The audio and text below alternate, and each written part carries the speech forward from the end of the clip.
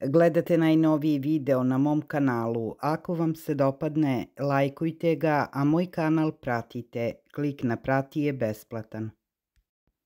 Evo kako da uzgajate najlepšu lavandu. Lavandulu stoeckas, leptir lavandu ili špansku lavandu. Divna vrsta lavande koja se često uzgaja kao ukrasna biljka. Lavandula stoeckas je dekorativna lavanda koja se još naziva leptir lavanda, a nazivaju je i španska lavanda i francuska lavanda. Sadite isključivo na punom suncu. Posadite je u mešavinu zemlje sa najmanje 50% peska, šljunka ili glinenog šljunka. Preostali deo mešavine zemlje može biti kompost ili obična baštenska zemlja. Na dno sadne jame stavite 5 cm čistog šljunka ili glinenih kuglica. Lavandu možete posaditi skoro svuda. Nakon sadnje je obilno zalijte da se dobro ukoreni. Kada se dobro ukoreni, nema potrebe za čestim zalivanjem osim tokom veoma dugih suša. Ova predivna lavanda savršeno raste u saksijama, na balkonima, terasama ili stepeništima. Obavezno izaberite saksije od terakote. Mnogo su bolje nego plastične saksije. Na dno saksije ide dobra drenaža od šljunka, kamenčića ili polomljene grančarije. Napunite saksiju mešavinom peska komposta i mešavinom za saksije. Ako saksiju držite na mestu gde pada kiša, nemojte stavljati tanjirić ispod saksije. Ovu lavandu u saksijama zalivajte samo jednom nedeljno. Može izdržati temperature do -10 stepeni, ali samo ako je dobra drenaža. Ako dodate kompost prilikom sadnje ove drenaže, potrebno je vrlo malo đubriva. Ova žalfija najviše voli kombinaciju tečnog đubriva od biljaka, koprive i gaveza. Đubrivo primenite jednom mesečno, neposredno posle jake kiše. Žalfija se razmnožava semenom, reznicama i podelom korena. Seme možete posejati i pred kraj zime u zatvorenom prostoru.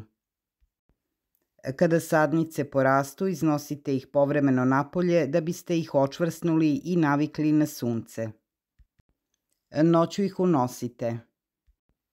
Razmnožavanje podelom korena možete uraditi na proleće ili u jesen. Iskopajte pažljivo lavandu, podelite korenje i presadite na željena mesta.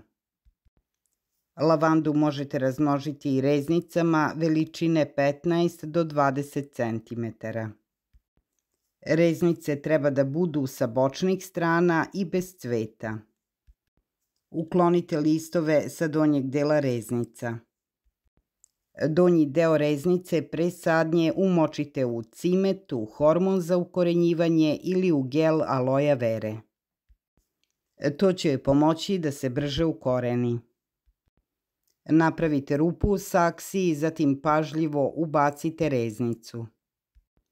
Reznice održavajte vlažnim i držite ih na jakom svetlu, ali van direktnog sunca. Ove reznice možete užiliti i u čaši vode ako ste u nju dodali malo cimeta. Korenje raste na čvorovima sa kojih ste uklonili listove. Reznicu presadite u zemlju tek sledećeg proleća. Reznice koje se užile u vodi posadite u saksije pre zime. Kada ova lavanda precveta, orežite istrošeno i osušeno cveće. Isecite cvetne stabljike do dna. Nakon uklanjanja cvetnih stabljika, orežite i vrhove grana radi oblikovanja. Kada tako orežete lavandu, podstaći ćete drugo cvetanje krajem leta. Ako je grm pregust i neuredan, morate ga prorediti. Uklanjajte jednu od 3 stare grane direktno do zemlje. Skratite sve preostale grane, ali zapamtite da uvek držite nekoliko listova na svakoj stabljici. Iz središta grma sledećeg proleća iznići će mnogo novih grana. Ova lavanda je otporna na bolesti i štetočine, jedino može uginuti od truleži korena. Zbog toga je nikada nemojte često zalivati. Lavandu možete koristiti kao rezano cveće, a kada je osušite, povežite stabljike i držite je u ćupovima kao suvo cveće. Seme i rasad ove lavande možete kupiti u rasadnicima cveća preko interneta.